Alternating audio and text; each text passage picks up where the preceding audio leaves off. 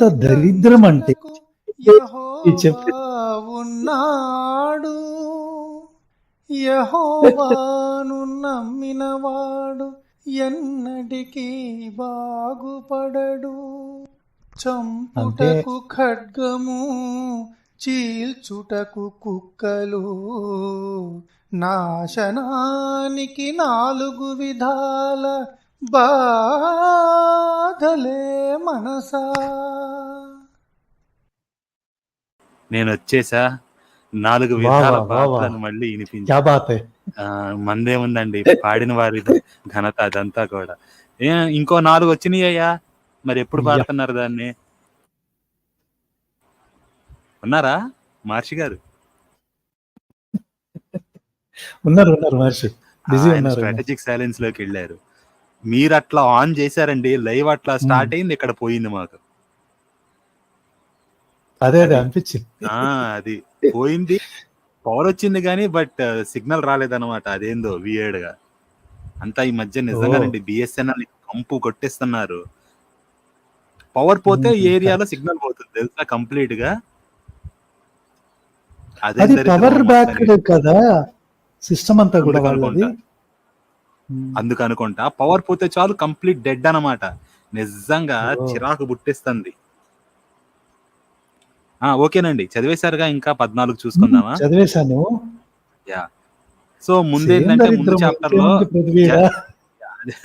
కొత్తగా చెప్పేది ఏముంది. సో ముందు చాప్టర్ లో ఏంటంటే వేరే వాళ్ళ దగ్గర నుంచి అంటే ట్రాప్ అవ్వకుండా నేను అది చేస్తాను ఇది చేస్తాను, కాకపోతే నాశనం ఉందన్నమాట అందుట్లో కూడా. ఓకే, సో ఇదంతా చెప్పాడు లాస్ట్ చాప్టర్ లో. ఇప్పుడు మనకు అది టూ లాంగ్ అనమాట, దాన్ని తీసి పక్కన పెట్టేద్దాం.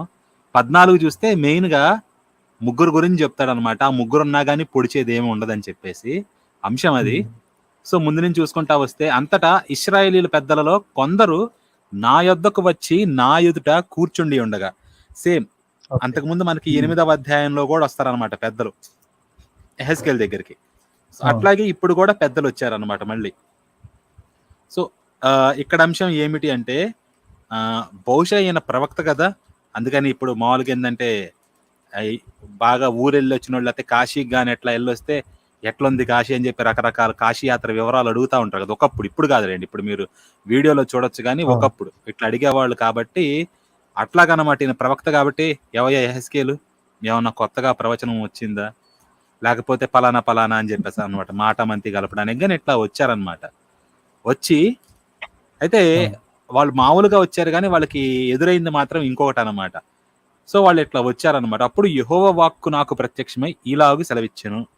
మళ్ళీ సెలవిచ్చింది ఏమని? కొత్త ఒరాకిల్ అనమాట, దీన్ని వాక్ అంటారు కదా. సో ఇప్పుడు కొత్తది స్టార్ట్. నరపుత్రుడా, ఈ మనుష్యులు తమ హృదయములలో విగ్రహములనే నిలుపుకొని దోషము పుట్టించు అభ్యంతరమును తమ ఎదుటనే పెట్టుకొని ఉన్నారు. వీరు నా యొద్ద ఏమైనా విచారణ చేయదగునా అని చెప్పేసి అంటున్నాడు. సో నరపుత్రుడు అంటున్నాడండి. యెహెజ్కేలు చెప్పాను కదా 50 సార్లు పైన అంటాడు మొత్తం యెహెజ్కేలు గ్రంథంలో అని చెప్పేసి. సో నరపుత్రుడా, ఈ మనుష్యులు ఏం చేస్తున్నారంటే, ఎవరు? ఈ పెద్దలు వచ్చారు కదా, వీళ్ళు వచ్చినప్పుడు ఈయన వాక్ వచ్చింది అనమాట యెహెజ్కేలుకి. వాళ్ళ హృదయాల్లో విగ్రహాలను నిలుపుకొని వాళ్ళ దగ్గర ఏముందంట, వాళ్ళ ఎదుట దోషము పుట్టించు అభ్యంతరము అని. సో దీన్ని మీరు ఇంగ్లీష్ లో చూస్తే stumbling black of their iniquity అని చెప్పేసి అంటారు అనమాట. ఇనిక్విటీ అంటే వాళ్ళ దోషము, అభ్యంతరము అనే దానికి స్టంబ్లింగ్ బ్లాక్ అని ఇచ్చారు. దాన్ని తమ ఎదుటనే పెట్టుకొని వీరు నా యొద్ద ఏమైనా విచారణ చేయదగునా అని చెప్పేసి అంటున్నారు. రైట్? మీరు జాగ్రత్తగా ఇక్కడ ఇంకొకసారి మీ నోటితో చెప్పండి డాక్టర్ గారు, వీరు ఎదుట ఏముంది? 3వ వచనంలో విగ్రహాలు. ఇంకొంచెం అభ్యంతరం ముందు దోషము పుట్టించు అభ్యంతరము అనేది, దీన్ని స్టంబ్లింగ్ బ్లాక్ అంటారు. సో ఇది వీళ్ళ ఎదుట ఉంది అని చెప్పేసి అంటున్నారు కదా. మనకి ఈ స్టంబ్లింగ్ బ్లాక్ అనేది కొత్త నిబంధనలో ఒక పెద్ద కాన్సెప్ట్ అన్నమాట. పౌలు యొక్క ఆయన దాన్ని ఏమంటారు, ఎవాంజలిజమో లేకపోతే ఏదన్నా మత ప్రచారం కానీ ఇది అనుకోండి, దానికి ఆయన 3 రకాల కేటగిరీస్ చేస్తారు అనమాట. కొరింథీయుల పత్రికలో చూస్తే, అంటే లిటరల్ గా ఆయన చేశాడని కాదు, కేటగరైజేషన్ మనం గమనిస్తే 3 రకాలుగా ఉంటుంది. కొరింథీయులకు రాసిన 1వ పత్రికలో ఒక్కసారి మీరు అది కుదిరితే వేరే ట్యాబ్ లో తీయండి. నేను తీస్తున్నా. 23వ వచనం దగ్గరికి రండి. సో చూపిస్తే 1 కొరింథీయులు మొదటి అధ్యాయమే 23. అక్కడ ఎవరో ఈ స్టంబ్లింగ్ బ్లాక్ అనేది చెప్తాడు పౌలు. 23 ఓకే, 22 నుంచి వద్దానండి. 22 నుంచి వద్దాం. యూదులు సూచక క్రియలు చేయుమని అడుగుచున్నారు, గ్రీసు దేశస్థులు జ్ఞానము వెదుగుచున్నారు. రైట్. సో ప్రవక్తలు గురించి అలవాటైంది వీళ్ళు చూపిస్తున్నారు యూదులు. మాకు ఏదైనా సూచక క్రియ, ఎందుకంటే యెహెజ్కేలు గాని, యెషయా గాని, లేకపోతే ఇర్మియా గాని వీళ్ళందరూ చేసిన వాళ్ళే సూచక క్రియలు అనేటివి. ఒకటి కాదు ఇంకోటి, ప్రవక్తలందరూ ఇది చేస్తారనమాట సూచక క్రియగా అని చెప్పేసి. అందుకని యూదులు కూడా సూచక క్రియలు అడిగారు. గ్రీకు దేశస్తులు ఏం అడుగుతున్నారు? జ్ఞానాన్ని వెతుకుచున్నారు. అయితే పౌలు ఏం చేస్తున్నాడు? మేము సిలువ వేయబడిన క్రీస్తును ప్రకటించుచున్నాము. సో 3 ఉండండి ఇక్కడ ట్రయాంగిల్ గా. ఒకటేమో సూచక క్రియలు, గ్రీకు దేశస్తులు ఏమంటే అన్యులు, వీళ్ళందరూ కూడా జ్ఞానాన్ని అడుగుతున్నారు, వాళ్ళు దాన్ని వెతుకుతున్నారు. కానీ వీళ్ళు దేన్ని ప్రతిపాదిస్తున్నారు, ప్రచారం చేస్తున్నారు? సిలువ వేయబడిన క్రీస్తును. రైట్, ఇక్కడ వరకు క్లియర్. అయితే ఆయన అంటే ఎవరు? సిలువ వేయబడిన క్రీస్తు యూదులకు ఆటంకముగాను అన్యజనులకు వెర్రితనముగాను ఉన్నాడు. కానీ యూదులకేమి గ్రీసు దేశస్థులకేమి పిలువబడిన వారికే క్రీస్తు దేవుని శక్తియును దేవుని జ్ఞానమును అయి ఉన్నాడు అని చెప్పేసి అంటున్నాడు. సో ఈ దేవుని శక్తి దేవుని జ్ఞానం పక్కన పెట్టండి. యూదులకు ఏమున్నాడు? ఎలా ఉన్నాడు క్రీస్తు? ఇంగ్లీష్ లో ఇక్కడ ఏమిచ్చారు చూడండి, కింగ్ జేమ్స్ లో అయితే స్టంబ్లింగ్ బ్లాక్ అని చెప్పేసి అంటాడు అనమాట. స్టంబ్లింగ్ బ్లాక్ టు జ్యూస్ అని చెప్పేసి. సో ఇక్కడ పౌలు ప్రకారం యూదులకి ఆటంకము యేసుక్రీస్తు. రైట్. ఇప్పుడు మనం దీనికి వద్దాం, యెహెజ్కేలుకి. ఓకే. సో యెహెజ్కేలుకి ఏమంటున్నాడు ఈయన? నరపుత్రుడా, ఈ మనుషులు తమ హృదయములో విగ్రహములే నిలుపుకొని దోషము పుట్టించు అభ్యంతరము తమ ఎదుటనే పెట్టుకొని ఉన్నారు. వీళ్ళు విగ్రహాన్ని పూజించినా గానీ అది బైబిల్ ప్రకారం అభ్యంతరము, దోషము పుట్టించు అభ్యంతరం అయింది.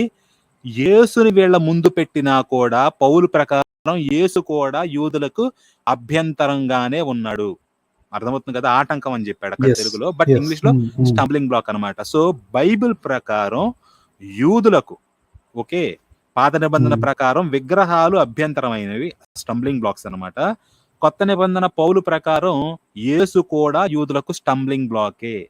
ఇలాంటి స్టంబ్లింగ్ బ్లాక్ పెట్టుకొని విచారణ చేయడానికి యెహోవా దగ్గరకు వెళ్తే ఏమంటాడు ఆయన అంటే, విగ్రహాలను ఆధారంగా చేసుకొని క్రీస్తు యేసుతోటి యూదులు వెళ్ళినా గాని యెహోవా దగ్గరికి ఆయన ఏమంటాడు? వీరు నా యొద్ద ఏమైనా విచారణ చేయ తగునా, వీళ్ళు నా దగ్గర ఏమైనా విచారణ చేయవచ్చా అని చెప్పేసి క్వశ్చన్ చేస్తున్నాడు. అర్థమైంది కదా? అర్థమైంది మీకు? అదే అంటాం కదా మనం, క్రైస్తవులు అందరూ ఒకవేళ నిజంగా పరలోకంలో అక్కడికి వెళ్తే ఎవర్రా మీరంతా, ఎక్కడికైనా వచ్చారా అంటాడు. లిటరల్ గా వాళ్ళ కొత్త నిబంధన తీసి ఇదే వచనాలు చూపిస్తాడు అనమాట. మీరు దేంతో వచ్చారు నా దగ్గరికి? యేసుక్రీస్తుడు అనుకుంటున్నారా? కాదు కాదు, ఆటంకముతోటి నా దగ్గరికి వచ్చారు. అభ్యంతరాన్ని, దోషము పుట్టించు అభ్యంతరాన్ని మీ ఎదుట పెట్టుకుని నా దగ్గరికి వచ్చాడని చెప్పేసి అన్యులనైనా వదిలేస్తాడు కానీ వీళ్ళని వదలడండి. అందుకే యూదులు మారరు అన్నమాట. సో కావున నీవు వారికి ఈ సంగతి తెలియజేసి ఇలాగు చెప్పుము. వాళ్ళు అభ్యంతరం పెట్టుకుని వచ్చారు కదా, మరి అభ్యంతరం పెట్టుకుని వచ్చిన వాళ్ళకి ఏం జరిగిద్ది, యెహోవా ఏమి చేస్తాడు? చూడండి, ఇది ఇంట్రెస్టింగ్ ఏంటంటే ఇది ఇక్కడే కాదండి, మనకి ఇలా మనసులో ఒకటి పెట్టుకొని బయట ఇంకో రకంగా వచ్చే వాళ్ళ గురించి కొత్త నిబంధనలో కూడా ఎగ్జాంపుల్స్ ఉంటాయి మనకి. అననీయ సిప్పోరాలు ఉంటారు కదా, సిప్పోరా కాదు సప్పీరా, అననీయ సప్పీరా అపోస్తల 5లో. సో వాళ్ళు పూర్తిగా డబ్బులు ఇవ్వకుండా కొంచెం దాచిపెట్టుకుంటారు అనమాట. అందుకని వాళ్ళని చంపేశాడు. తర్వాత మనకి మత్తయిలో 19వ అధ్యాయంలో కూడా ఉంటుంది. ఏమని? ఒకడు వస్తాడనమాట, ఒకడు వచ్చి నేను అధ్యాసన అంటే ఏం చేయాలి పరలోక రాజ్యం కోసం అంటే, ఇలా ఇలా ఆజ్ఞలు పాటించాలి, ఇదంతా చేస్తా ఉండాలని చెప్పేసి వేసి చెప్తాడు. అవన్నీ నేను చేస్తున్నాను, ఇంకేమన్నా ఉన్నాయి అంటే నీ ఆస్తిని పంచేసి నువ్వు నా ఎంబడరా అంటాడు అవును. పేదకి ఇచ్చేసి. ఆయన ఇక ఏంటంటే ఇక చేయలేక అట్లా తలదించుకుని వెళ్ళిపోతాడు అనమాట. అప్పుడు ఏమంటాడు తన శిష్యులను చూసి, ధనవంతుడు పరలోక రాజ్యంలో ప్రవేశించుట దుర్లభమని మీతో నిశ్చయముగా చెప్పుచున్నాను. ఇదిగాక ధనవంతుడు పరలోక రాజ్యంలో ప్రవేశించుట కంటే సూది బెజ్జములో ఒంటె దూరుట సులభమని మీతో చెప్పుచున్నాను అని చెప్పేసి అన్నాడు. అవును. సో ఇట్లా మనసులో పూర్తిగా ఈయనకి అంకితం లేకుండా ఉన్నాళ్ళ గురించి ఇట్లాంటి వచనాలు చూస్తా ఉంటాయి. ఇట్లాంటి ఉపమానం కానివ్వండి, లేకపోతే కథలు కానివ్వండి. ఇదొకటైతే ఇక్కడ కూడా అదేనమాట చెప్తుంది. ఈ పెద్దలు ఎవరైతే ఉన్నారో వీళ్ళు మనసులో విగ్రహాలను పెట్టుకొని ఆటంకాన్ని ఎదురుగా పెట్టుకొని యెహోవా దగ్గరికి వచ్చారు. అది యెహోవాకి నచ్చనుగాక నచ్చదు. సో మనకి కొత్త నిబంధన కూడా ఇలాంటివే సపోర్ట్ చేస్తూ ఉంటుంది కొన్ని చోట్ల. బట్ వాళ్ళు ఎక్కడ తప్పు చేశారంటే కొత్త నిబంధన రాసిన వాళ్ళు యేసుని తీసుకొచ్చి మధ్యలో ఇరికిచ్చారనమాట. అక్కడ వాళ్ళు చేసిన తప్పు. సో ఈ విగ్రహాలకు వ్యతిరేకత మనం కొత్త నిబంధనలోనే చూస్తూ ఉంటాం అనమాట. ఇప్పుడు దాని గురించి చెప్పడం సందర్భం లేండి కన్నా. కావున ఈ అభ్యంతరాన్ని వీళ్ళు ఎదురుగా పెట్టుకొని వచ్చినప్పుడు యెహోవా ఏమంటున్నాడు, నీవు వారికి ఈ సంగతి తెలియజేసి ఇలాగ చెప్పుము, ప్రభువైన యెహోవా సెలవిచ్చినదేమనగా, తమ విస్తారమైన విగ్రహములను బట్టి తమ మనస్సున విగ్రహములను నిలుపుకొని. ఇక్కడ విగ్రహం కొత్త నిబంధనలో యేసు కూడా ఈ వచనం ప్రకారం విగ్రహమే. పౌలు చెప్పాడు కదా ఆటంకము అని చెప్పేసి. సో తమ మనస్సున యేసును నిలుపుకొని తమకు దోషము కలుగ చేసుకొని తమ ఎదుట అభ్యంతరము, ఆటంకము లేకపోతే స్టంబ్లింగ్ బ్లాక్ ని పెట్టుకొని. స్టంబ్లింగ్ బ్లాక్ అంటే ఏం లేదండి, మీరు వెళ్ళేటప్పుడు తొట్టిల్లు పడిపోతారు అనమాట. అది అంటే పడిపోవడం కాదు, మీకు ఆటంకంగా అడ్డంగా ఉంటుంది మీరు దాన్ని దాటలేక. సో దాన్ని వీళ్ళు పెట్టుకొని ప్రవక్త యొద్దకు వచ్చు ఇశ్రాయేలీ ప్రవక్త దగ్గర యెహోవా దగ్గరికి దూరికి బాతండి. ప్రవక్త దగ్గరికే వెళ్ళినా మీరు కనీసం యెహోవా దగ్గరికి వెళ్తే ఇటు మటాష్ అనమాట. బట్ మీరు ఆఫ్టర్ ఆల్ ఒక ప్రవక్త దగ్గరికి వెళ్ళినా కానీ ఏమని చెప్తున్నాడు ఈయన, తమ మూలముగా నాకు అన్యులైరి గనుక, యేసు మూలముగా నాకు అన్యులైరి గనుక నేను వారి హృదయమును లోపరుచున్నట్లు యెహోవానగు నేనే వారికి ప్రత్యుత్తరం ఇచ్చుచున్నాను అని చెప్పేసి అంటున్నాడు.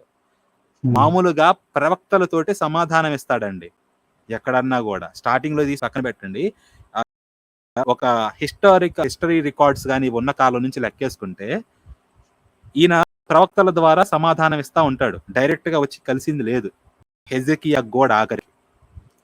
ఓకే, సో ఇప్పుడు వీళ్ళు చేసిన పనికి ప్రవక్తగా అద్దు పక్కన పెట్టు, వాళ్ళు విగ్రహం పెట్టుకొని నా దగ్గరకు వస్తారా, యేసును పెట్టుకొని ఆటంకాన్ని పెట్టుకొని నా దగ్గరకు వస్తాడా?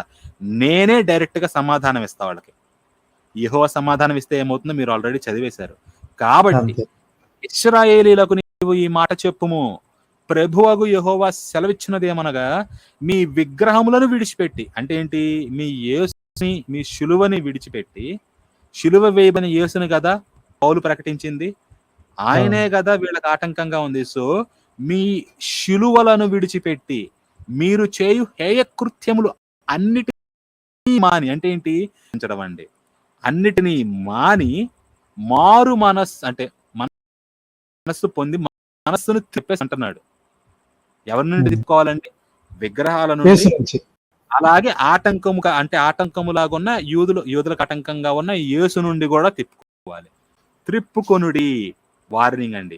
ఇశ్రాయేలీలలోను వారి దేశములో నివసించు పరదేశులలోను ఎవరైనాను నన్ను అనుసరించక, నన్ను అంటే ఎవరిని, యెహోవాను, స్పష్టంగా నన్ను అనుసరించక నాకు అన్యులై, మీరు యేసు దగ్గరకు పోండి ఇంకెవరి దగ్గర కన్నా పోండి, కానీ నాకు యెహోవాకు అన్యులై తమ మనస్సున విగ్రహములను లేకపోతే ఆటంకము, ఇక్కడ తర్వాత చెప్తున్నా చూడండి, తమకు దోషము కలుగ చేసుకొని అభ్యంతరమును తమ ఎదుట పెట్టుకొని. మళ్ళీ ఇంత ఎంఫసైజ్ చేస్తున్నాడు స్టంబ్లింగ్ బ్లాక్ అని. పౌలు ప్రకారం యేసే స్టంబ్లింగ్ బ్లాక్ అండి. అభ్యంతరమును తమ ఎదుట పెట్టుకొని తమ నిమిత్తమై నా యొద్ద విచారణ చేయవలెనని ప్రవక్త యొద్దకు వచ్చిన ఎడల యెహోవానగు నేనే స్వయముగా వారికి ప్రత్యుత్తరం ఇచ్చేదను అని చెప్పేసి అంటున్నాడు. ఇది ఇజ్రాయిలీలకే కాదండి, వారి దేశములో నివసించు పరదేశులకు కూడా. పరదేశులు అంటే సంబంధం లేనివాడు అని కాదండి. ఇజ్రాయేల్ దేశంలోకి బయట నుంచి వచ్చిన వాళ్ళు వీళ్ళలో కలిసిపోతారు కదా, పెళ్లిళ్ళు చేసుకున్న లేకపోతే వీళ్ళ ఆచారాలు పాటిస్తూ. ఇజ్రాయేలీలు విగ్రహారాధన ఎలా చేశారో బయట నుంచి వచ్చిన వాళ్ళు కూడా కొంతమంది ఈ యెహోవాని పూజిస్తా ఈయన ధర్మశాస్త్రాన్ని అనుసరిస్తా ఉన్నారనమాట, ఇజ్రాయిల్లో కన్వర్ట్ అయిన వాళ్ళు. సో 2 సైడ్లా ఉంటుంది అనమాట కన్వర్జన్ అనేది. వాళ్ళ గురించి అనమాట ఇక్కడ చెప్పేది, ఇజ్రాయేల్ దేశంలో ఉండే పరదేశులు అని చెప్పేసి కాదు ఇక్కడ చెప్తుంది. అయితే ఒక పాయింట్ ఉంది పృథ్వీ, ఇజ్రాయిలీలను వారి దేశంలో అంటే దేశంలో ఉన్న స్టిల్ పరదేశులే అంటున్నాడు వాళ్ళని. అంతే, పరదేశం నుంచి వచ్చిన వాళ్ళు కదండి వాళ్ళు. స్టిల్ సెపరేషన్ అనేది ఉంది. ఎంతైనా వీళ్ళు యూదులు కాలేరు కదా. అవ్వాలి అంటే అది మీకు ఒక తెగ అనేది ఒకటి, మీరు యూదుడు తల్లి ద్వారా అవుతారండి, తల్లి నుంచి తల్లి యొక్క అంటే యూద స్త్రీకి పుడితే మీరు యూదులు అవుతారు. అలాగే తండ్రి ద్వారా మీరు ఏ తెగ అని చెప్పేసి మీకు వస్తుంది అనమాట. తండ్రి ద్వారా మీరు ఏ తెగకు చెందిన ఆ మనుష్యులకు నేను విరోధినై ఏమవుతాడు, సమాధానం ఇస్తున్నాడు కదా, నేనే ప్రత్యుత్తరం ఇస్తానని. ఏం చేస్తున్నాడు, ఆ మనుష్యులకు నేను విరోధినై నేను యెహోవానని వారు తెలుసుకున్నట్లు. విగ్రహాలను పూజిస్తున్నారు, యేసుని పూజిస్తున్నారు కదా, మరి వీళ్ళకి ఏం తెలియాలి, ఈయన ప్రకారం యెహోవా ఎవడో తెలియాలి. అందుకని నేను యెహోవాని అని వారు తెలుసుకున్నట్లు వారిని సూచనగాను సామెతగాను చేసి నా జనులలో నుండి వారిని నేను నిర్మూలము చేసేదను. అది అర్థమవుతుంది కదా. సో ఇక్కడ యెహోవా అట్లీస్ట్ ఒక అర్థం ఉంది, నమ్మకుండా విగ్రహాలని యేసుని పెట్టుకొని యెహోవా దగ్గరకు వస్తున్నారు. సో ఈయన నిర్మూలన చేస్తున్న విరోధి ఉన్నా ఓకే, కానీ యేసేమంటున్నాడు మత్తయి సువార్త 10వ అధ్యాయం 35వ వచనంలో, ఒక మనుష్యునికి వానికి కుమార్తెకును ఆమె తల్లికిని కోడలికిని ఆమె అత్తకును విరోధము పెట్టవచ్చుతిని. యెహోవా ఒక కారణం చేత విరోధిగా అవుతున్నాడు, కానీ యేసు కారణం లేకుండానే కుటుంబంలో విరోధం పెడుతున్నాడు. అందుకే నేను చెప్తాను పృథ్వీ, యెహోవా కంటే యేసే డేంజర్ అని. ఒక రకంగానండి. సో యేసు విరోధం పెడుతున్నాడండి, కానీ యెహోవా విరోధం అవ్వడం అంటే ఏందనుకుంటున్నారు, ఇక్కడ మీరు ఇంగ్లీష్ లో చూస్తే కనుక I will set my face against that man అని చెప్పేసి, అగైన్స్ట్ అంటే వ్యతిరేకంగా అన్నమాట ఉంటున్నాడు. దీని అర్థం ఏంటి, మీరు చచ్చేంత వరకు ఇప్పుడు నేను మీ ఎదురుగా ఉన్నానండి, నేను మిమ్మల్ని చూస్తా, మీరు నన్ను చూస్తారు, అంతే కదా ఎదురెదురుగా నిలబడితే. సో ఇప్పుడు యెహోవా ఎదురుగా నిలబడ్డం అంటే ఏంటి అర్థం, ఆయన మిమ్మల్ని చూస్తున్నాడు ఎప్పటి వరకు, మీరు చచ్చే వరకు. అంటే మీ గతి ఏంటంటే చనిపోవడమేనమాట, ఆయన తన ఫేస్ ని అగెన్స్ట్ గా పెట్టుకుంటే.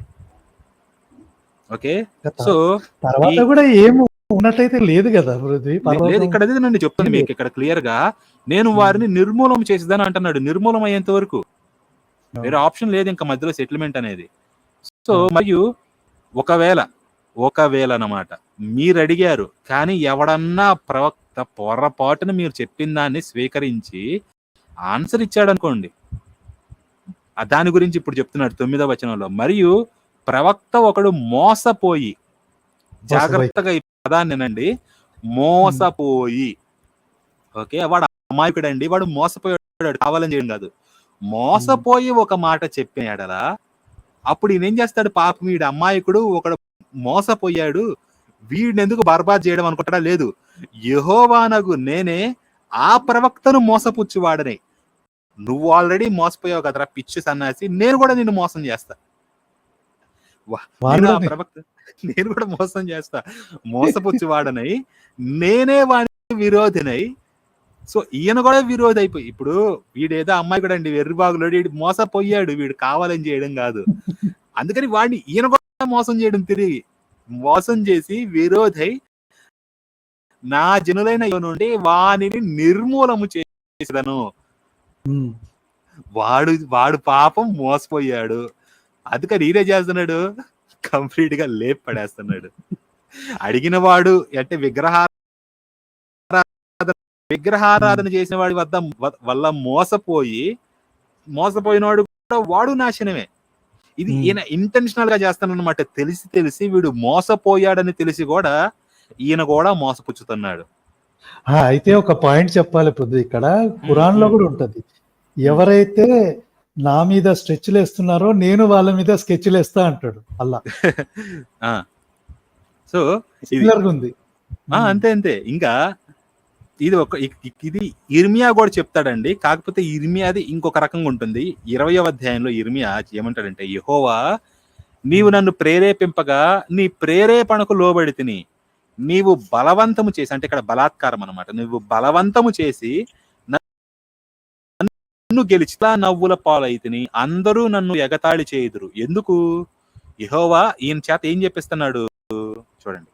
ఎలయనగా నేను పలుకున్నప్పుడెల్లా బలాత్కారము జరుగుచున్నది, దోపుడు జరుగుచున్నది అని ఎలుగెత్తి చాటిపవలసి వచ్చును. సో ఈయన ఏది పలికినా నోట్లోంచి ఏమని వస్తుంది?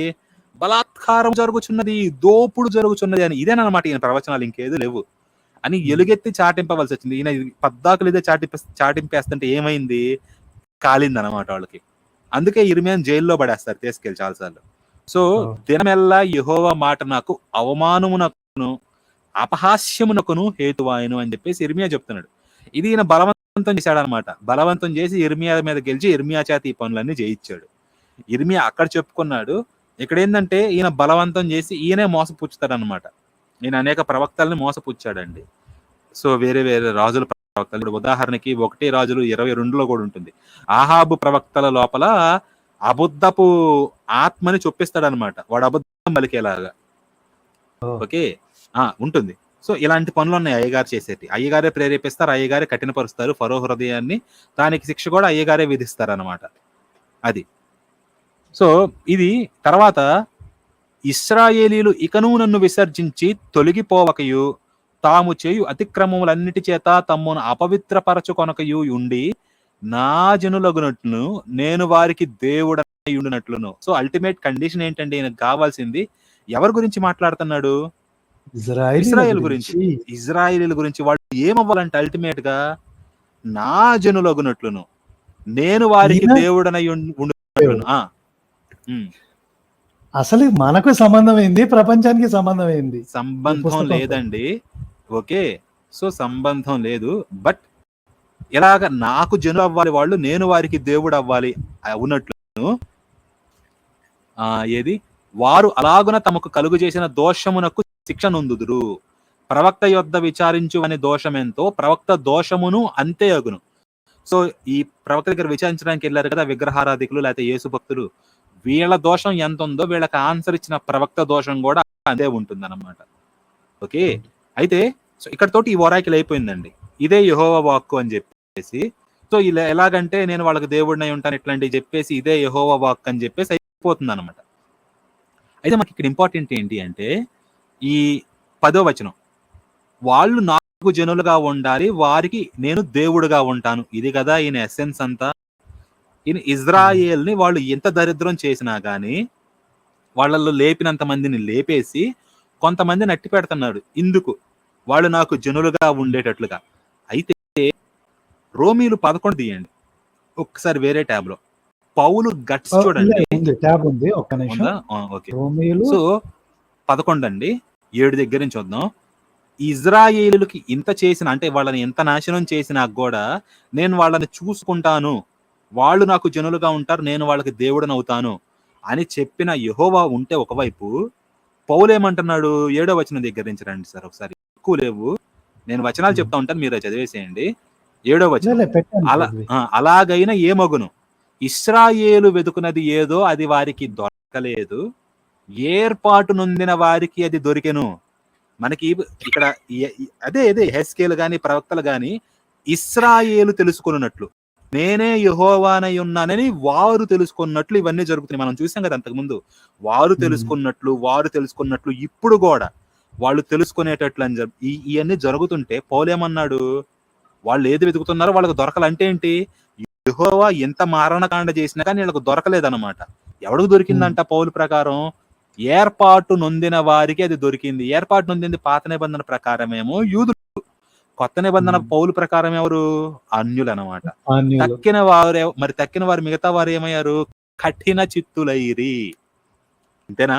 8వ వచనం, ఇందు విషయమై నేటి వరకు దేవుడు వారికి నిద్రమత్తు గల మనస్సును, చూడలేని కన్నులను, వినలేని చెవులను ఇచ్చి ఉన్నాడని వ్రాయబడి ఉన్నది అని చెప్పేసి. అంటే అబ్బబ్బా! యూదులకు పాపం కనిపించటం లేదు, వినిపించటం లేదు. అది వేరేవాడికి కనిపిస్తుంది. ఈయనకి కనిపిస్తుంది. అంతేకాదు, తర్వాత 11 వచనానికి రండి. కాబట్టి నేను అడుగునది ఏమనగా, వారు పడిపోవునట్లుగా తొట్రిల్లిరా అట్లనరాదు. అంటే వాళ్ళు తొట్రిల్లారు అంటే ఏంటి? ఎదురుగా వెళ్తుంటే రాయి పొడుచుకుందండి, బొక్క బోర్లా పడ్డారు. అయితే వాళ్ళు పడిపోవాలని ఇట్లా జరిగిందా? వాళ్ళు పడిపోవడానికే తొట్రిల్లారా? కాదు, అట్లా అనరాదు. ఏమనాలంట? వారికి రోషము పుట్టించుటకై వారి తొట్టుపాటు వలన అన్యజనులకు రక్షణ కలిగేను. అర్థమవుతుందా? వాళ్ళు పడితే ఎందుకు? వాడికే దిక్కు లేదు, వీడికి దిక్కు. అది వాళ్ళని పడేసి దాని ద్వారా అన్ని జనులకు రక్షణ కలిగింది. వారి తొట్టుపాటు లోకమునకు ఐశ్వర్యమును, వారి క్షీణ దశ అన్ని జనులకు ఐశ్వర్యమును అయిన ఎడల వారి పరిపూర్ణత ఎంత ఎక్కువగా ఐశ్వర్యకరమగును అని చెప్పేసి అంటున్నాడు. వాళ్ళు ఏదో పనులు చేసి యేసుని సిలువేయడమే లోకానికి ఇంత మేలు చేసింది. అదే వాళ్ళు నిజంగా భక్తులుగా ఉంటే ఇది యేసుకి భక్తులుగా ఉంటే ఇంకెంత మేలు అవుతుందని పౌలు చెప్తున్నాడండి రోమియోలకు రాసిన పత్రికలో. మొత్తం మైండ్ గేమ్ పృథ్వీ ఇది. మామూలు ఈత రాదు, నేను దానికి ఈత నేర్పించిన. అది మామూలు మైండ్ గేమ్ కాదు. రోమన్లకి ఇది రాస్తుంది, మీరు అర్థం చేసుకోండి. హీబ్రూల్ని తిట్టినట్టు తిడుతున్నాడు అన్నమాట. కానీ చివరిలో కొంచెం జాకీచి లేపుతున్నాడు. లేపినా కానీ యెహోవాని కాదు, అదే వాళ్ళు యేసుని నమ్మితే ఇంకా ఊహించుకుని జస్ట్ ఇమాజిన్ అని చెప్పేసి చెప్తున్నాడు. అర్థమవుతుంది కదా యూదులకి ఎట్లా ట్రాప్ వేస్తున్నాడు. నెక్స్ట్ 16వ వచనం. ఇదేనండి బైబుల్. మీరు వచనాల లోపల డీటెయిల్డ్ గా చదివితే అసలు ఎంత సులభం ఉందని ఇందుట్లో పాలిటిక్స్ కానీ ఇవన్నీ. వామ్మో మైండ్ గేమ్ మొత్తం. ధర్మశాస్త్ర, గుడ్ ఈవినింగ్. గుడ్ ఈవినింగ్ అండి. What a vision, what a thought కాదు, ఇది ఇంకా ఉంది. ప్లానింగ్ చేసి స్కెచ్ చేసి ఈ ప్రపంచాన్ని ఎట్లా నాశనం చేయాలనేది రోమన్లతో కలిపురుషుడు రాయించాడు నా బట్టి అయితే. ఇంకా అయిపోలేదండి. 16వ వచనానికి రండి. ఓకే, సో 16వ వచనం, ముద్దలో మొదటి పిడికేడు పరిశుద్ధమైనదైతే ముద్దంతయు పరిశుద్ధమే, వేరు పరిశుద్ధమైనదైతే కొమ్మలును పరిశుద్ధములే. అయితే కొమ్మలలో కొన్ని విరిచివేయబడి అడవి ఒలీవ కొమ్మవయ్యున్న నీవు వాటి మధ్యన అంటు కట్టబడి ఒలీవ చెట్టు యొక్క సారవంతమైన వేరులో వాటితో కలిసి పాలు పొందిన ఎడల ఆ కొమ్మల పైన నీవు అతిశయింపకం. అంటే ఏంటి? యూదులు అన్నమాట ఈ చెట్టు. వేరనేది ఎవరు? యేసు. వేరు పరిశుద్ధం అయితే కొమ్మలు పరిశుద్ధాలే. కానీ కొన్ని కొమ్మలు విరిచివేయబడి, అంటే ఏంటి? యేసును నమ్మని కొమ్మలు విరిచివేయబడి వాటి ప్లేస్ లో అడవిలో ఉన్న ఒలీవ చెట్టు అండి, దాని కొమ్మ అంటే అన్యులు అనమాట. అన్యుల కొమ్మ అంటే అడవి ఒలీవ కొమ్మ నీవు వాటి మధ్యన అంటు కట్టబడ్డావు. అంటే ఇజ్రాయిలీని ఓడబీకి వాళ్ళ ప్లేస్ లో నిన్ను అంటు కట్టాడు. అలా కట్టబడి ఒలీవ చెట్టు యొక్క సారవంతమైన వేరులో, ఆ సారవంతమైన వేరు ఉంది కదా యేసు, ఆ వేరులో మిగతా వాళ్ళందరితో కలిసి నువ్వు కూడా పాలు పొందావు. అది యాక్చువల్ గా ఇజ్రాయిలీలకే చెందాల్సింది, కానీ వాళ్ళలో కొంతమందిని విరిచేసి నిన్ను పెట్టాడు. కాబట్టి వాళ్ళతో పాటు ఎవరైతే యేసుని నమ్ముతున్నారో వాళ్ళతో పాటు నువ్వు కూడా పాలు పొందుతావు. అంత మాత్రం నువ్వు కొంచెం అతిశయపడకు, ఎందుకంటే ఆ కొమ్మనే విరి చేశాడు, నిన్ను నరవడం పెద్ద పని కాదని చెప్తాడు. అది తర్వాత వచ్చింది అనమాట. మనకి ఇప్పుడు పాయింట్ ఇక్కడ అది కాదు. యూదులకి యెహెజ్కేలు ఇంత ఇంపార్టెన్స్ ఇచ్చి, యూదులే సెంటర్ అంతా, సెంట్రల్ అంతా, మెయిన్ ఎసెన్స్ అంతా యూదుల్లోనే ఉంది, జరిగేదంతా వాళ్ళు తెలుసుకోవడానికే అని చెప్పేసి చెప్తుంటే, పౌలు లెఫ్ట్ లెగ్ తోటండి, మామూలు కిక్ కూడా కాదనమాట, గట్టిగా ఎయిర్ కిక్ ఇచ్చాడు అనమాట. ఆపర్ణ గోల్ పోస్ట్ దద్దరిల్లేలా కంప్లీట్ గా పీకేశాడు యూదుల్ని. ఈ వచనాలు చదివితే, యెహెజ్కేలు గాని ఇర్మియా గాని ప్రవక్తల వచనాలు చదివితే అర్థమవుతుంది యెహోవా యూదులకు ఎంత ఇంపార్టెన్స్ ఇచ్చా, వాళ్ళని వదిలేస్తాడా లేకపోతే వాళ్ళని పట్టుకుంటాడా అని చెప్పేసి. క్రిస్టియన్లు ఏమో ఇప్పుడు యూదులందరినీ విలన్స్ గా చూస్తారండి, రకరకాల కారణాలు అన్నమాట, ఒకటని కాదు, ముఖ్యంగా యేసుని చంపేశారని చెప్పేసి. కానీ ఇక్కడ యెహోవా ఏంటి? మీరు ఇంత యథో పని చేసినా, మిమ్మల్ని నేను ఇంత శిక్షించినా కానీ, తర్వాత వచనాల్లో మనం చూస్తాం మీలో కొంతమంది మిగిలే ఉంటారు. ఎందుకు? అది ఒక అంశం అండి. 2 కారణాలు అన్నమాట ఎందుకు అనేది. అది తర్వాత వచనం వచ్చినప్పుడు అక్కడ చూపిస్తాను మీకు ఈ చాప్టర్ లోనే వస్తుంది. అంటే ఎరోమీలకు ఒకసారి దీనికి వచ్చేసేయండి ఇంకా హెస్కెల్కి. ఇంత చెప్పినాక కూడా పౌలు ఇది చేశాడంటే నిజంగా ఒప్పుకోవాలండి. నిజంగా ఆ గట్స్ను ఒప్పుకోవాలి. నమ్మిచ్చాడు చూశారు జనాల్ని. అది మామూలు విషయం కాదండి ఇట్లా నమ్మించడం. వారు అలాగున తమకు కలుగు చేసుకుని దోషమునకు శిక్ష నొందుదురు. ప్రవక్త యొద్ద విచారించు వాని దోషం ఎంతో ప్రవక్త దోషమును అంతే అగును. ఇదే యెహోవా వాక్కు. సో ఇక్కడ తోటి ఒక ఒరాకిల్ అయిపోయింది అనమాట. మరియు యెహోవా వాక్కు నాకు ప్రత్యక్షమై ఇలాగ సెలవిచ్చును. మళ్ళీ ఇంకోటి వచ్చింది. మళ్ళీ సో ఇందాక చెప్పాను కదా, ఇది ఈయన కొంతమందిని బతికిచ్చాడు, దాని అర్థం ఏంటనేది ఈ ఒరాకిల్లో మనం చూసుకోవచ్చు.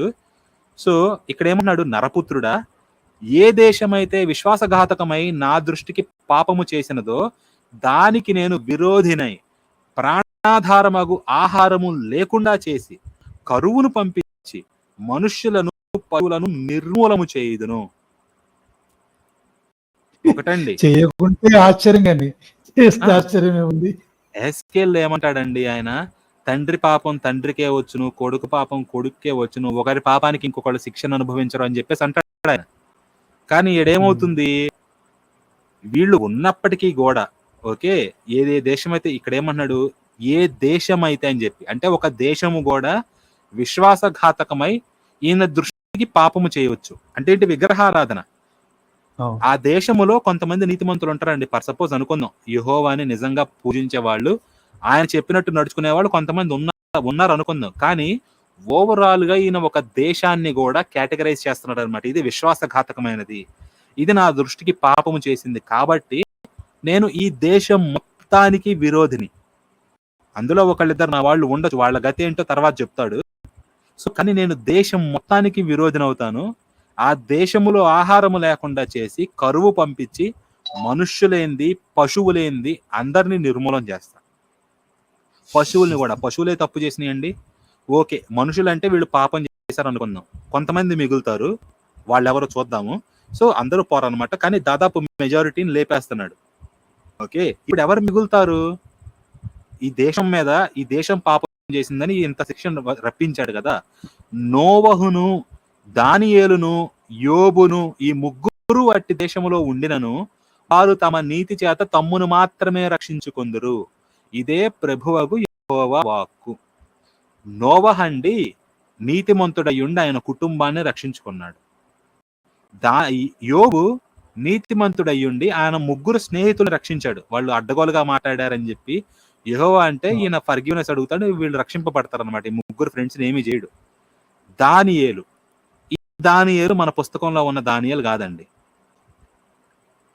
సో దానియేలు అనుకుంటారు అనమాట, దానియేలు గ్రంథంలో ఉన్న దానియేలు కాదు, ఆయన కాపాడింది లేదనమాట ఎవరిని. సో ఈ దానియేలు ఎవరు అంటే, కనానీయులు ఉన్నారు కదా, ఈ కనానీయుల ఆఖాత్ అనే ఒక లెజెండ్ ఉందన్నమాట. ఆ లెజెండ్ లో దానియేలు అనే పాత్ర ఒకటి ఉంటుంది, దాన్ ఎల్ అని చెప్పేసి. ఓకే, బైబిల్ ఏంటంటే దానియేలు, కనాను పాత్ర ఏంటంటే దానెల్ అని చెప్పేసి. దాని నుంచి ఇది వచ్చుండొచ్చు ఈ పాత్ర అని చెప్పేసి. ఈయన ఏం చేస్తాడు అంటే, ఈయన కొడుకైన ఆఖాత్ని మరణం నుండి కాపాడతాడు ఆయన నీతితోటి. సో అందుకని చెప్పేసి ఇక్కడ ఆ పదాన్ని తీసుకొచ్చి పెట్టుండొచ్చు అని చెప్పి. సో ఈయన ఏంటంటే యాజకుడు కదా యెహెజ్కేలు, మిగతా కల్చర్స్ తోటి, వాళ్ళ పురాణాలతోటి, అటుపక్క ఇతిహాసాలతోటి, వీటితోటి కూడా కొంచెం టచ్ ఉంటుంది అనమాట. నెక్స్ట్ చాప్టర్ చూస్తే, నెక్స్ట్ చాప్టర్ అంతా కూడా ఒక ఉపమానంగా చెప్పబడుతుంది, ఒక ఉపమానం లాంటిది. అక్కడ కొంచెం రిడిల్ లాంగ్వేజ్ వాడతారనమాట. ఆ రిడిల్ కూడా ఈ ఈస్టర్న్ ఏరియాస్ ఉంటాయి కదా మధ్యధరా ప్రాంతంలో, ఆ ప్రాంతాల్లో వాడి రిడిల్ టైప్ అనమాట. దాన్నే యెహెజ్కేలు కూడా ఎంప్లాయ్ చేస్తాడు. సో ఇక్కడ అందుకని చెప్పేసి అంటే, సో ఈ దానియేలు అంటే దానియేలు పుస్తకంలో ఉన్న దానియేలు కాదండి అది. ఎనీహౌ, సో ఇలాంటిది ఇక్కడే కాదు, మనకి ఇర్మియాలో కూడా వస్తుంది. ఇర్మియా 15వ అధ్యాయంలో, అప్పుడు యెహోవా నాకు 1వ వచనం, అప్పుడు యెహోవా నాకు ఇలాగ సెలవిచ్చును, మోషేయు సమూయేలును నా ఎదుట నిలువబడినను ఈ ప్రజలను అంగీకరించకు నాకు మనస్సు ఉండదు, నా సన్నిధిని ఉండకుండా వారిని వెళ్ళగొట్టుము అని చెప్పేసి అంటాడు. సో నువ్వేంద్ర తొక్కలది, మోషే సమూయేలు వచ్చినాగా నేను లెక్క చేయను దొబ్బేమన్నాడు. ఓకే, అదనమాట అక్కడ. సో ఇంతకీ ఎవరు బతుకుతున్నారు, బాటసార్లు సంచరింపకుండా ఆ దేశము నిర్జనమై పాడగునట్లు నేను దాని మీదకి దుష్ట మృగములను రప్పింపగా. సో ఇది మనకి ఇక్కడ ఒక థీమ్ అండి. ఇది యెహోవా చేశాడు అనడం కన్నా జరిగిన వాటిని యెహోవాకి ఆపాదించారు అని అనడం కరెక్ట్. ఎందుకంటే బబులోను ఇంత యుద్ధం జరిగి భీకరమైనది అంటే మెజారిటీ పీపుల్ ని బానిసత్వంలోకి తీసుకెళ్లిపోయారు. సో ఇప్పుడు ఇక్కడ ఉన్న వాళ్ళు మొత్తం డిస్ట్రక్షన్ అయిపోవడం వల్ల ఆడ ఉండరు అన్నమాట. వాళ్ళు ఖాళీ చేసి వెళ్ళిపోతారు. వెళ్ళిపోయినప్పుడు ఈ నక్కలు గాని, తోడేళ్లు గాని, లేకపోతే ఇంకేవేవైతే అడవి మృగాలు ఉన్నాయో ఇవన్నీ కూడా ఇక్కడ ఖాళీగా ఉంది కదా ప్రదేశం. పైగా అప్పుడు చాలా మంది చనిపోయి ఉంటారు కాబట్టి శవాలతోటి ఉంటుంది.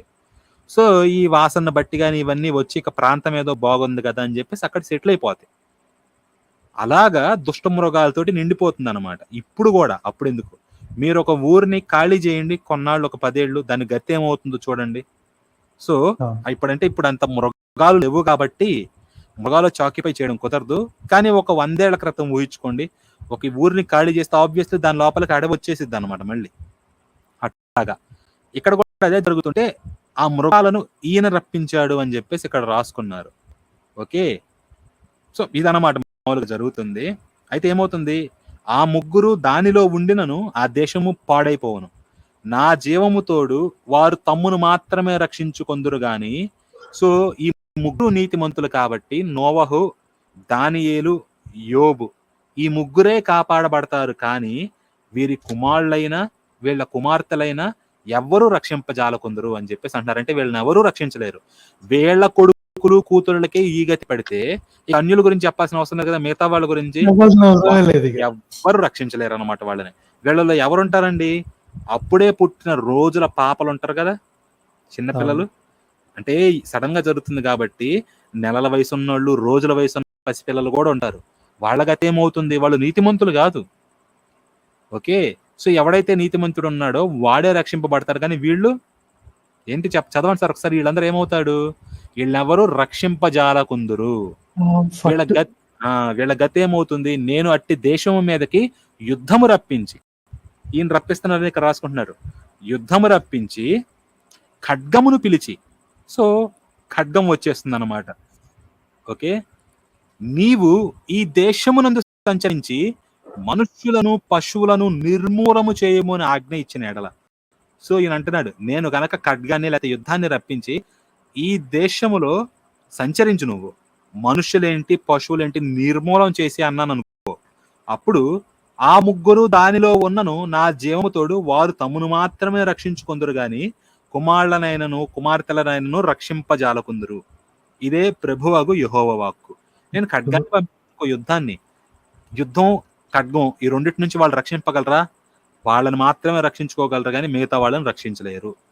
అట్టి దేశంలోనికి తెగులు పంపి మనుష్యులను పశువులను నిర్మూలమగుటకై ప్రాణహానికరమగునంతగా నేను నా రౌద్రమును కుమ్మరించిన ఎడల, నేను నా కోపాన్ని కుమ్మరించాను అనుకో. సో యుద్ధము ఖడ్గం వచ్చిందండి, అవి వాటిని ఆపలేరు ఈ ముగ్గురు. తెగులు వచ్చింది, యెహోవా రౌద్రం వచ్చింది. ఎలాంటి తెగులు అంటే అది మామూలుది కాదు, ప్రాణహానికరమగునంతగా, అంటే చచ్చేంత లెవెల్లో తెగులు వచ్చింది.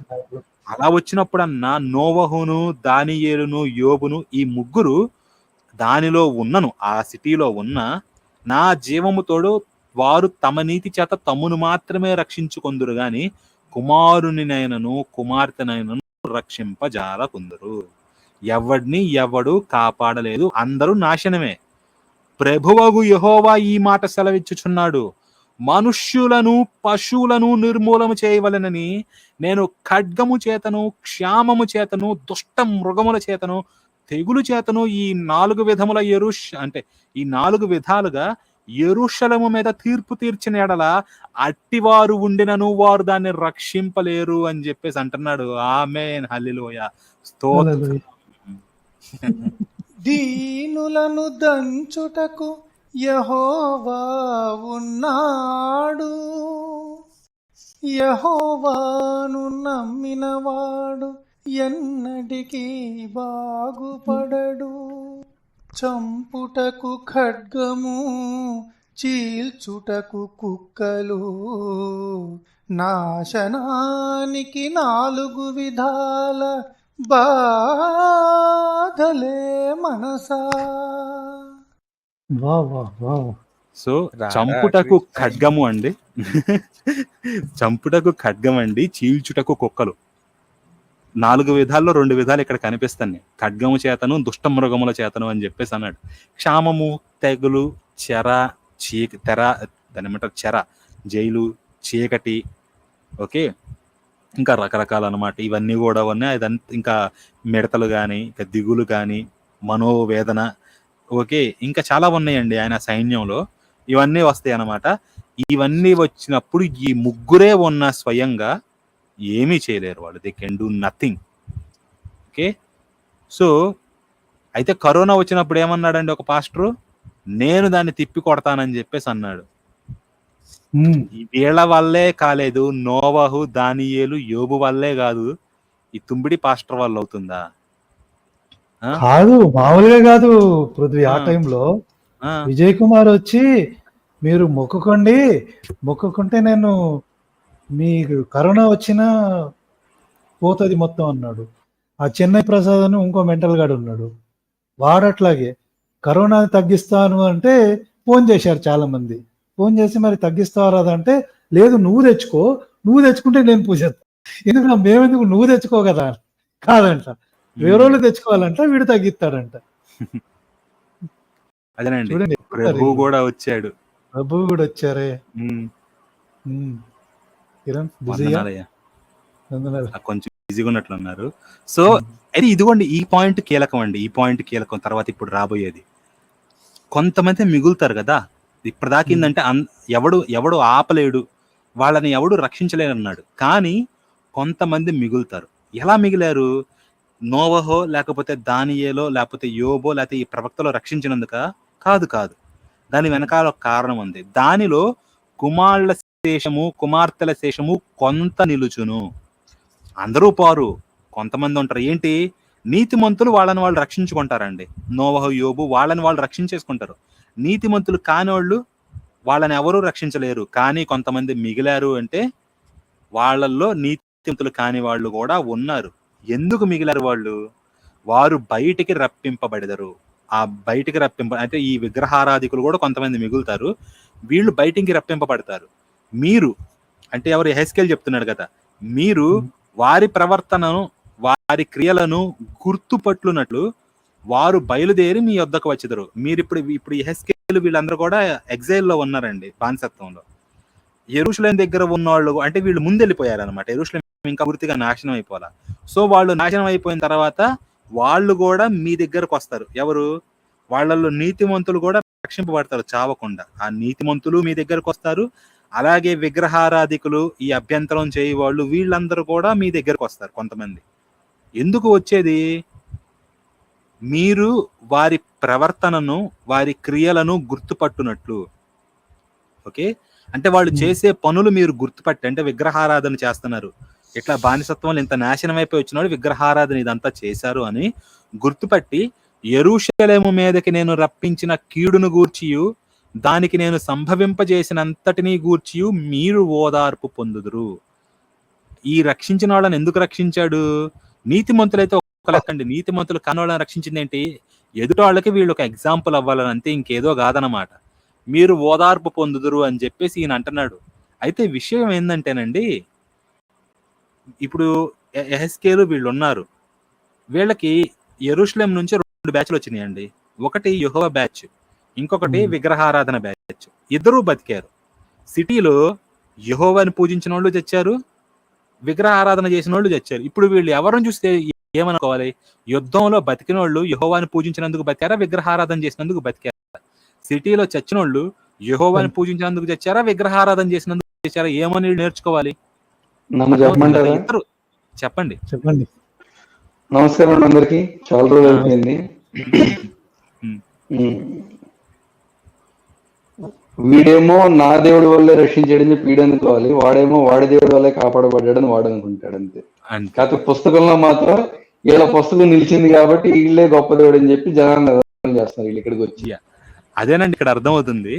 మీరు వారి ప్రవర్తనను, క్రియలను చూచి నేను చేసినదంతయు నిర్హేతకముగా చేయలేదని మీరు తెలుసుకొని ఓదార్పు నొందుదురు, ఇదే ప్రభు అయిన యెహోవా కంటే కారణం లేకుండా నేను ఏ పని చేయలేదని మీరు తెలుసుకుంటారు.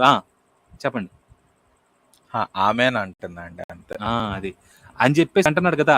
అందుకే నేను క్వశ్చన్ వేసా, ఇప్పుడు వీళ్ళు ఎవరిని చూసి ఏమని తెలుసుకోవాలి? ఇద్దరు బతికారు, సిటీలో ఉన్న ఇద్దరు చచ్చారు. అంటే ఏంటండి, ఇదంతా కూడా జరిగిన తర్వాత ఇదంతా మా యెహోవానే చేశాడని రాసుకుంటారు కదా, అందుకని జరిగింది. స్క్రిప్ట్. బతకడం ఇద్దరు బతుకుతున్నారు, చస్తంది ఇద్దరు చస్తున్నారు కాబట్టి బతికిన వాళ్ళల్లో యెహోవాని పూజించేటోళ్ళు బతకడానికి యెహోవా కారణం. మరి యెహోవాని పూజించిన విగ్రహారాధులు కూడా బతికారు. ఏంట్రా అని అంటే, బతికాడ్రా, కాతే వాళ్ళని యెహోవానే బతికిచ్చాడు. ఎందుకు? వాళ్ళని చూసి మనం నేర్చుకుంటామని. అంతే, అర్థమవుతుంది కదా. సో వాళ్ళని ఏదో బతికిచ్చాడని గ్యారంటీ ఏంటి? అదే సార్ కిరణ్ గారు, ఇది ఎంత బ్లండరే తెలుసా అండి, వీళ్ళకి అర్థమే కావట్లేదు. వాళ్ళకి ఎప్పటికీ అర్థం కాదండి. ఇప్పుడు ఆ విగ్రహారాధికులు స్వర్గానికి వెళ్తారా, నరకానికి వెళ్తారా? స్వర్గ నరకాలు లేవండి దీని ప్రకారం. మామూలుగా ఇప్పుడు వీళ్ళ ప్రకారం యెహోవా ప్రకారం లేదు కదా. యెహోవా ప్రకారం ఉంటే ఒకవేళ నరకమేనండి కదా.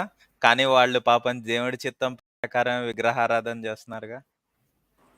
అంతే, బతికిచ్చాడు కదా, మరి బతికిచ్చాడు. పోయి మీరు అక్కడ విగ్రహారాధన చెయ్యండి, మిమ్మల్ని చూసి వాళ్ళు నేర్చుకుంటారు. అది లిటరల్లీ డంబండి ఇది అసలు. మీకు గుర్తుంటే కనుక 2 ఏళ్ల క్రితం ఎప్పుడు డిబేట్లు చేసినప్పుడు ఫస్ట్ నేను మొదట్లో ఈ కోరిలేషన్ గురించి చెప్పినప్పుడు ఒక ఎగ్జాంపుల్ చెప్పేవాడిని. మనం ఇప్పుడు ఎవరైనా బస్సులో లోయలో వెళ్తున్నప్పుడు, బస్సు వెళ్తున్నప్పుడు అన్ని మతాల వాళ్ళు ఉంటారు,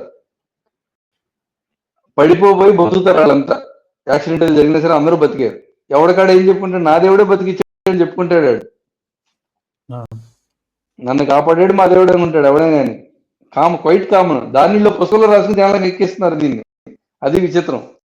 అంతే అండి. ఇన్ఫాక్ట్ అకిరా కురోసావా రష్యన్ సినిమాలలాగా తీసుకుంటే, ఇప్పుడు ఏదన్నా శుద్ర పూజ చేసి సచినాళ్ళని పిలిస్తే వాళ్ళు కూడా ఇదే మాట అంటారు, నా దేవా నన్ను ఎందుకు వదిలిపెట్టావని.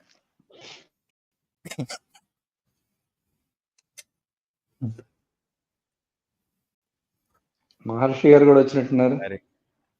మహర్షి గారు ఆయన వచ్చారండి, కానీ పాట పాడి. అందరికి నమస్కారం అండి.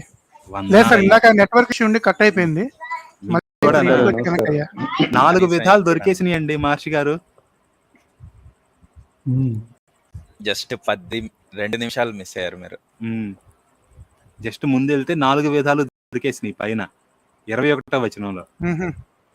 చూడండి, చంపుటకు ఖడ్గం ఉంది, చీల్చుటకు కుక్కలు, దుష్ట మృగాలు ఉన్నాయి, తెగులు. ఈ 4 విధాల యెరూషలేము మీద తీర్పు తీర్చిన ఎడల అట్టివా తీర్పు తీర్చేశాడు. అది